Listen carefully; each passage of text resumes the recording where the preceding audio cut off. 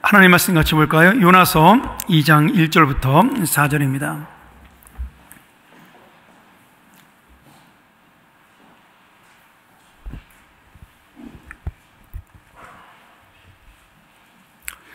요나서 2장 1절부터 4절입니다.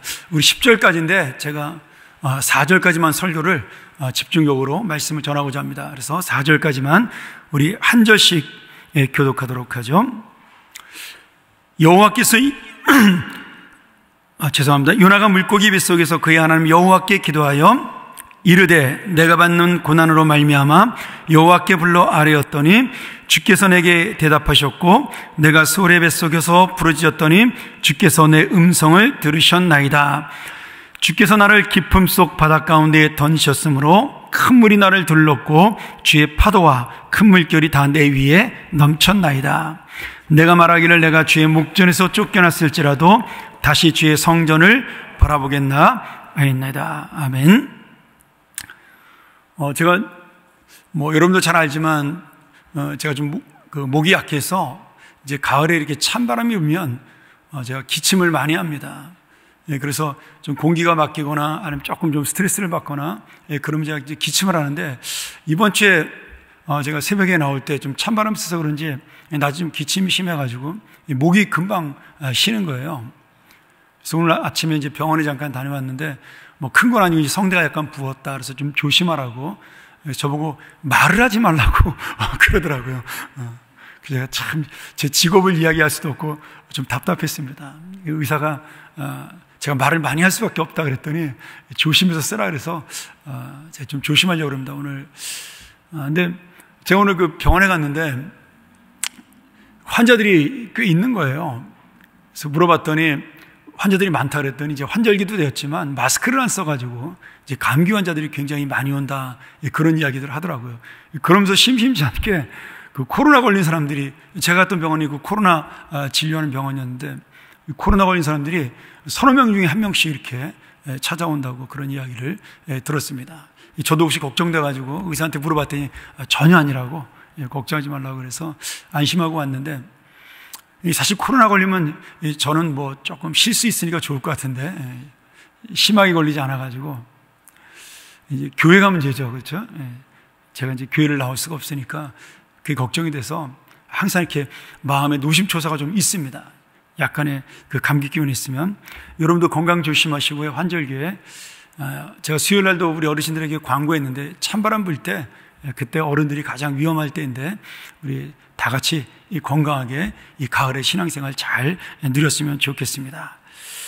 오늘 우리 요나서 1장, 2장을 잠깐 좀 보면서 제가 받은 은혜를 여러분하고 나누기를 원하는데요. 우리가 너무나 잘 아는 말씀인데 요나서 1장은 니느웨에 가서 하나님 말씀을 전하라는 하나님 말씀을 거역하고 요나가 니느웨와 반대쪽인 지금의 스페인의 다시스로 도망을 가게 되죠. 그러다가 풍랑을 만나서 그가 결국 물고기 뱃속에 들어가는 장면이 1장의 내용입니다. 굉장히 재밌고 그리고 어떻게 보면 이 말씀이 너무 기적적이고 놀라운 말씀이고 그래서 주일학교에서도 가장 많이 사용되는 그러한 말씀이기도 합니다. 아직도 요나가 갇혔던 물고기가 어떤 종류냐에 대해서는 학자들 간의 의견이 분분하지만 많은 사람들은 고래가 아닐까, 범고래가 아닐까 그렇게 추정을 하고 있습니다. 고래든 물고기든 저는 상관이 없다고 보고요.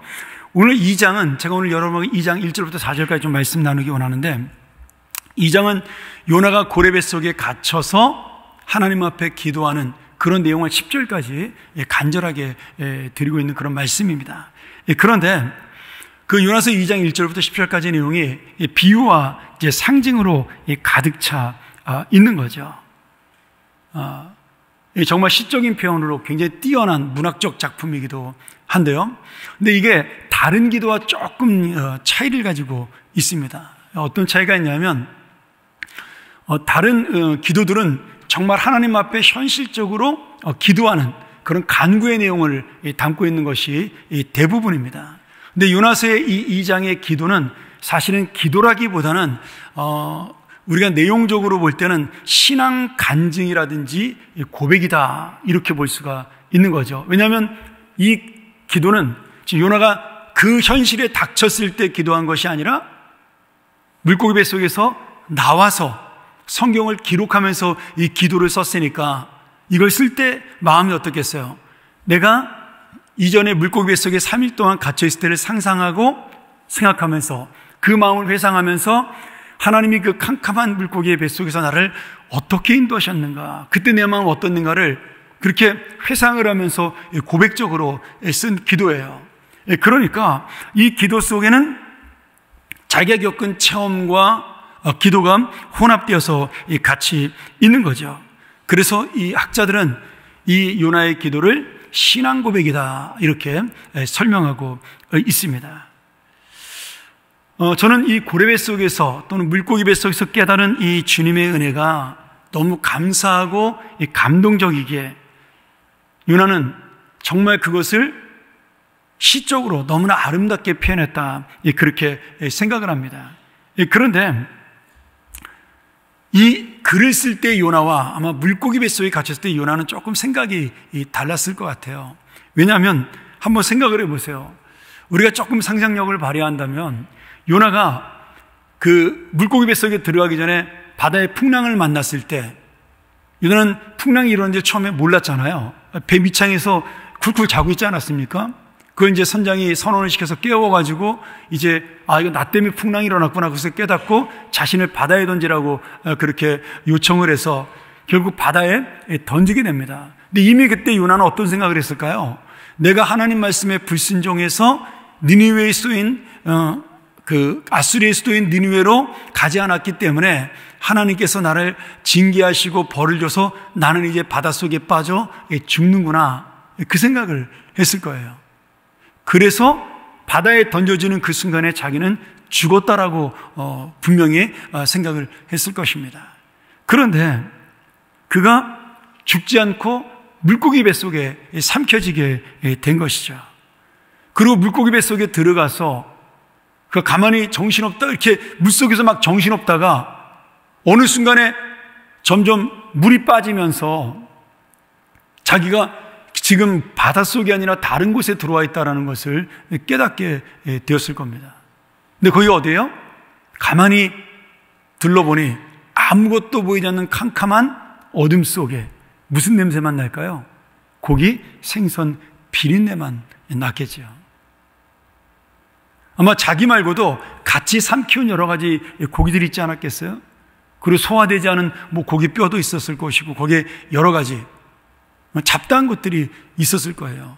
그런데 처음에 깜깜하고 아무것도 보이지 않았던 그 물고기 뱃속에서 요나는 내가 지금 있는 곳이 어디인가를 생각을 했을 것입니다. 그리고 아마 당황했겠죠. 물속에 빠져 죽었으면 정신이 없어가지고 어떻게 죽었는지 모르고 죽을 텐데 이제 지금 살아나서 보니까 아무것도 보이지 않고 아무것도 들리지 않는 깜깜한 암흑 속에 자기가 갇혀있다는 사실을 깨닫게 된 것입니다.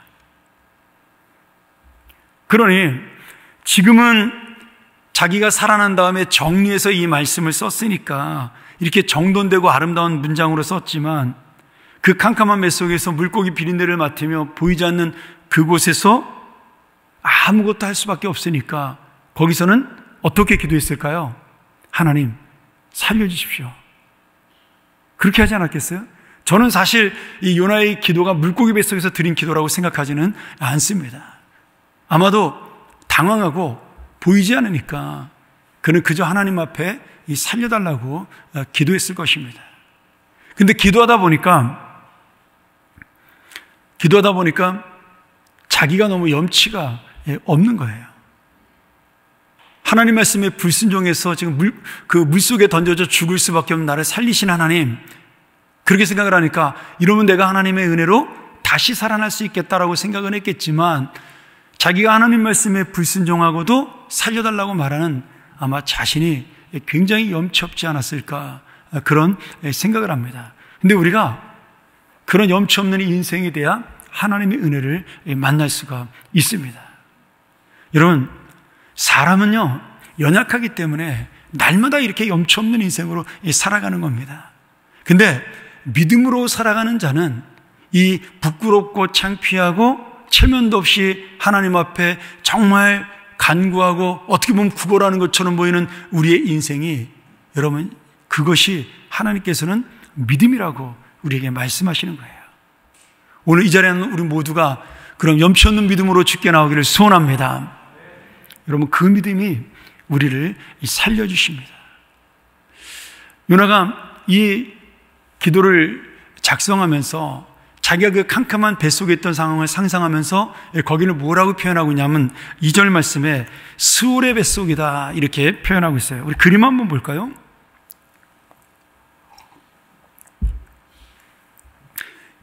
자, 이스라엘 사람들은, 구약 사람들은 하늘과 땅과 지하, 저렇게 생각을 했었습니다. 이것을 우리가 뭐라냐면 삼층천이다, 사도 바울이 그렇게 표현을 하고 있는 거죠. 저는 잘 안 보이는데 보면 맨 위에가 궁창의 물이죠.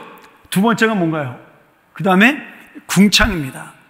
그리고 지상이 있고, 그 다음에 그 밑에 수월이 있고, 그리고 그 아래 지금 땅의 기초가 있고, 저 바닥에 성경에서 말하는 무저갱이라는 것이 있습니다.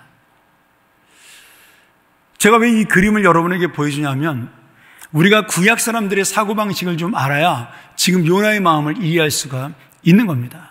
그 궁창 위라는 것은 우리가 말하는 하늘을 말하는 게 아니라 그 하늘 위의 하늘, 우주를 말하는 겁니다.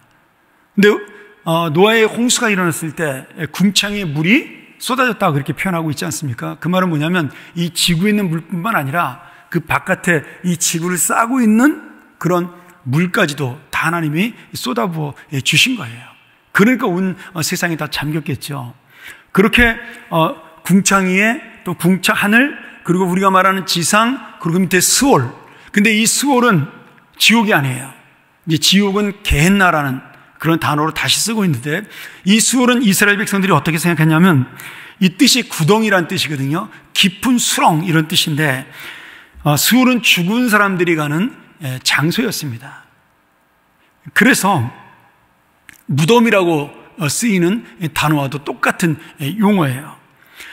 이스라엘 사람들은 사람이 죽으면 당장 천국과 지옥으로 나눠지지 않고 마지막 심판의 날이 올 때까지 이 스올이라는 곳에 한 곳에 모여서 기다린다고 그렇게 믿었습니다.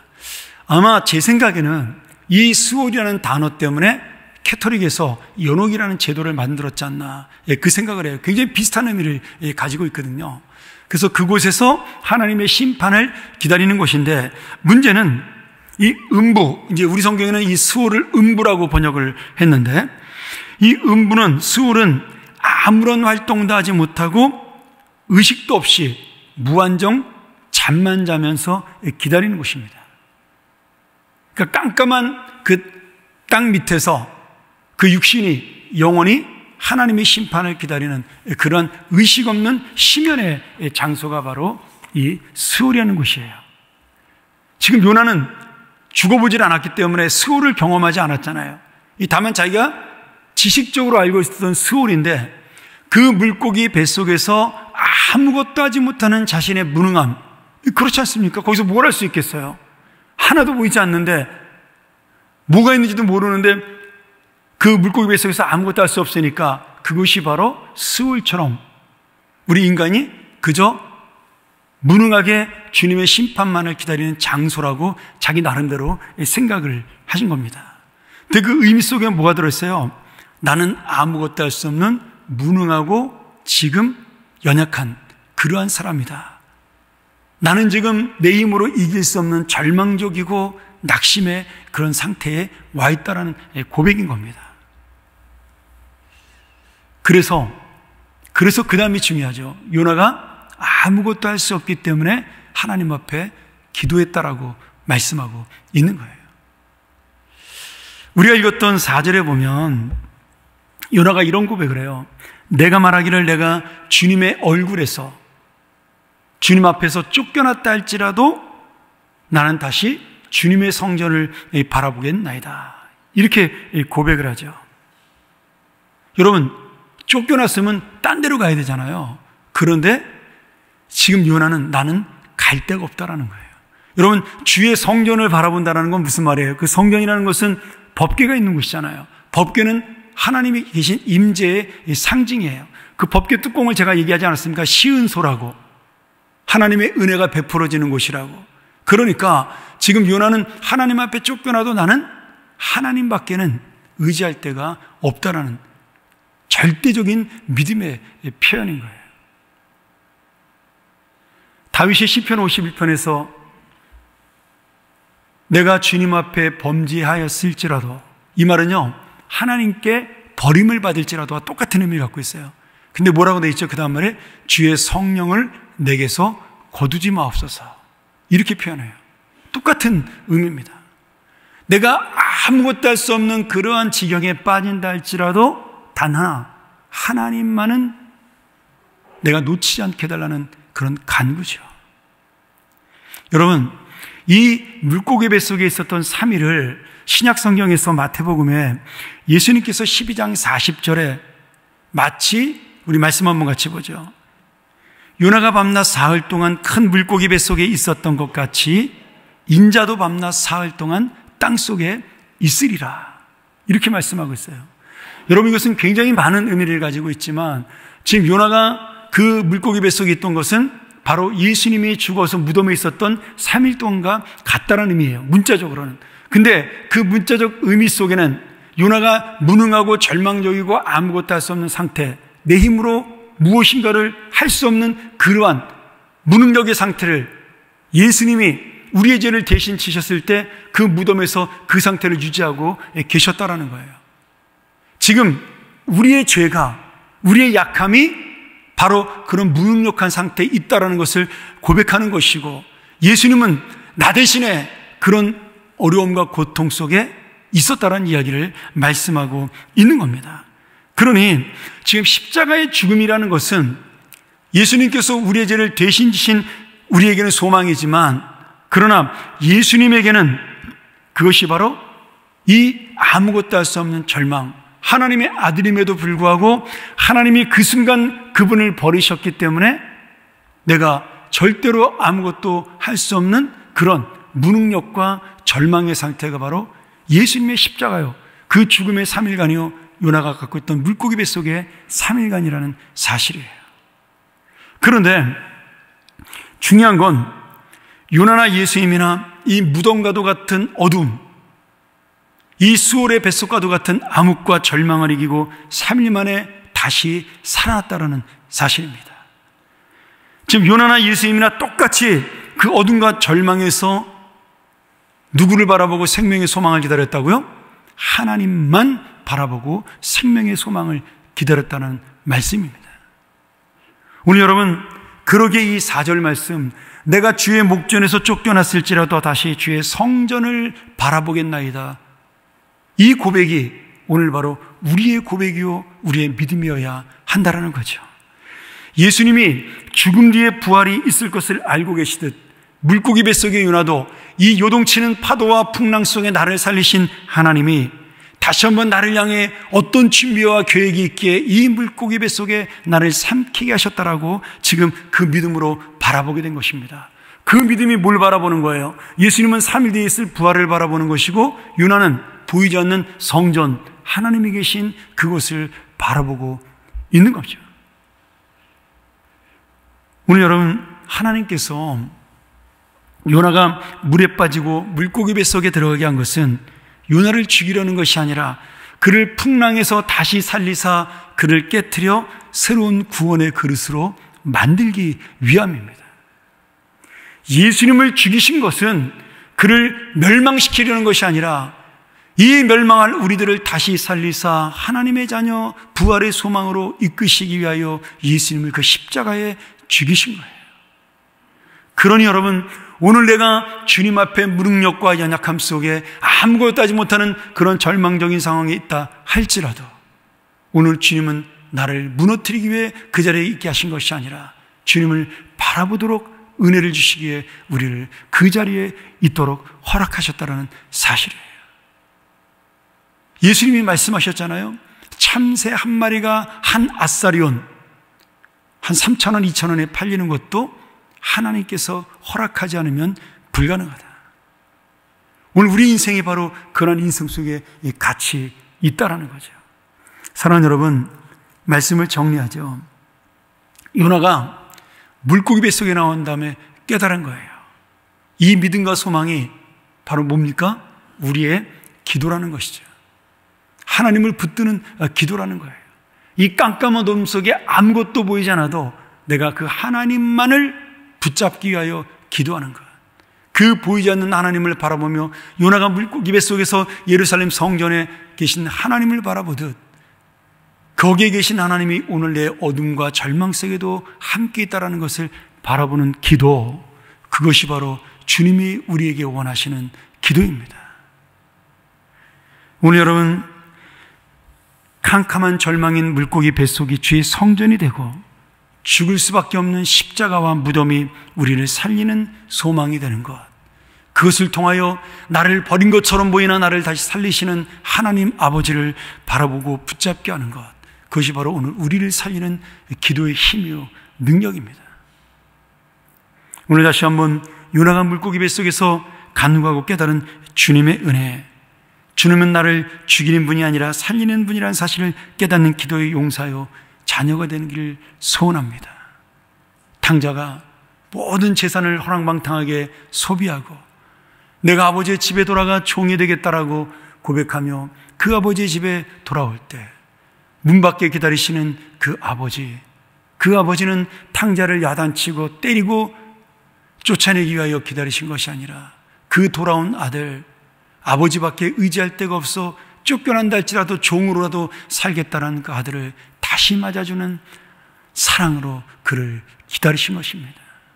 그리고 탕자는 다시 그 아버지의 사랑을 입은 자가 되었죠. 그 부끄러움과 그 염치 없는 것과 그 죄송함은 갖고 있으나 그러나 회복되었고 그는 다시 일어설 수가 있었습니다. 오늘 여러분, 요나의 염치 없는 기도가 우리를 살리는 기도가 되기를 축원합니다.